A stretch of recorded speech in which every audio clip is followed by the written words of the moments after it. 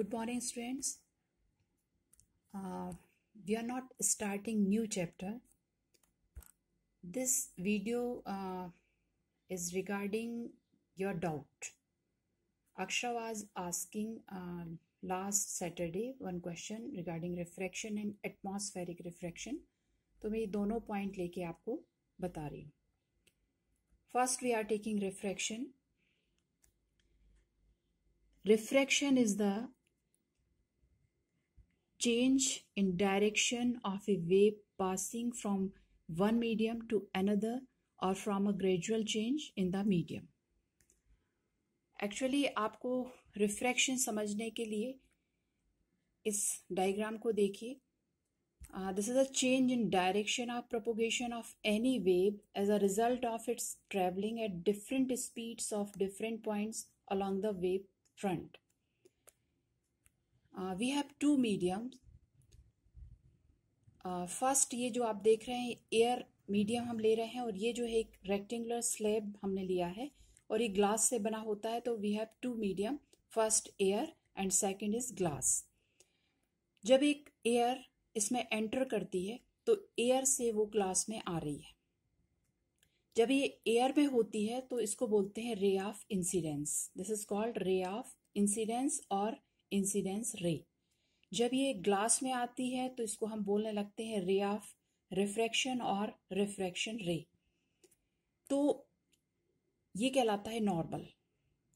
Incidence रे जब normal के साथ एक एंगल बनाती है that is called angle of incidence.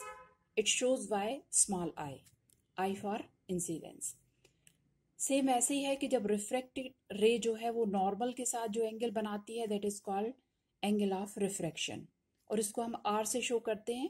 Simple है, R for refraction and I for incidence. यहाँ पर ये जो फिनोमेना हो रहा है या इवेंट जो हो रही है, घटना जो हो रही है वो रिफ्रैक्शन हो रही है. जब कोई रे एक मीडियम से दूसरे मीडियम में जाती है तो उसमें कुछ चेंजेस होते हैं और वही चेंजेस रिफ्रैक्शन को बर्थ करते हैं. जब ये एयर से ग्लास की तरफ आती है तो रिफ्रैक्शन जो रे ऑफ रिफ्रैक्शन है वो नॉर्मल की तरफ थोड़ा सा झुक जाती है. और जब हम इसको थोड़ा सा इसका डायरेक्शन चेंज कर दें कि जब ये रे ऑफ रिफ्रैक्शन ऊपर की तरफ जाएगी तो ये रे ऑफ इंसिडेंस कहलाने लगेगी और जब ये एयर की तरफ जाएगी तो ये रे ऑफ रिफ्रैक्शन कहलाएगी. तो ये नॉर्मल जो लाइन है नॉर्मल से हट जाएगी. तो ये पॉइंट्स आपको याद रखने पड़ेंगे. ये घटना रिफ्रैक्शन कहलाती है. इसमें दो मीडियम की हमें रिक्वायरमेंट होती है और ये प्रोपोगेशन के हिसाब से है जो मैंने आपको बोला कि change in direction of propagation of any wave as a result of its travelling at different speeds at different points along the wave front. अब हम ले रहे हैं इसमें वेव एटमॉस्फेरिक रिफ्रैक्शन. ये देखिए आप, this is a deviation of light or other electromagnetic wave from a straight line as it passes through the atmosphere due to the variation in air density as a function of height.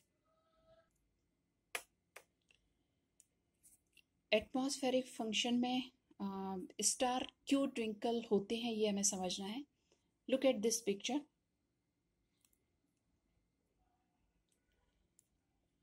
इसमें star ये बना हुआ है और नीचे से एक व्यक्ति देख रहा है उसको तो वो यहाँ पे दिख रहा है उसको. एक्चुअली रीज़न ये है इसका कि the apparent position of the star is slightly different from its actual position. जब नीचे से खड़ा हुआ व्यक्ति इस स्टार को देखता है तो एक्चुअल पोजीशन तो उसकी ये है लेकिन उसको थोड़ा सा स्लाइटली बहुत हल्का सा ऊपर उसको दिखता है स्टार. अब आप यहाँ पे समझ रहे हैं कि स्टार्स क्यों ट्विंकल करते हैं. ट्विंकलिंग ऑफ स्टार्स हम समझ रहे हैं. एक्चुअल पोजीशन से ये ऊपर दिखता है और इसमें आपको ये समझना है when an object transmits light rays in the atmosphere these light rays pass through the atmosphere having different air layers of different densities and gate reflected by the atmosphere. यहाँ से चलने वाली रे जब आती है तो उसको एटमॉस्फेयर की कई लेयर्स को पार करना पड़ता है और जब वो कई लेयर को पार करती है तो जैसा मैंने अभी आपको पहले डायग्राम में बताया कि एयर बार बार अपने नॉर्मल से या तो दूर या पास होती जाती है, और जब ये कंडीशंस पार करके जब वो हमारे आँख तक आती है तो वो कंडीशन हमें कुछ हिलती हुई दिखती है।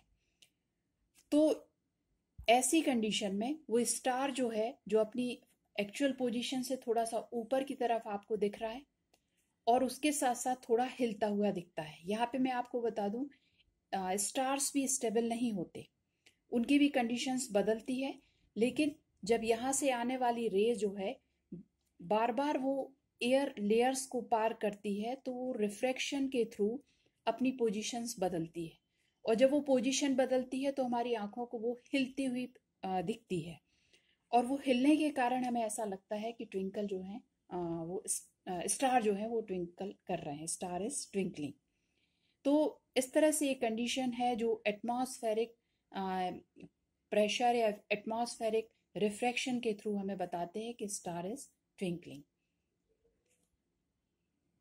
तो आपके बुक में भी ये बुक से ही मैं डायग्राम ले रही हूँ, इससे आप समझ सकते हो द एपरेंट पोजीशन, जो इसकी एपरेंट पोजीशन है, the apparent position of the star fluctuates and the amount of star light entering the eye flickers. The star sometimes appears brighter and at some other time fainter. That's why star is twinkling, which is the twinkling effect. मुझे लगता है आप समझ गए होंगे। फिर भी आपको यदि कोई डाउट है तो आप पूछ सकते हैं। Thank you. इसके बाद हम फिर नेक्स्ट चैप्टर स्टार्ट करेंगे। Thank you.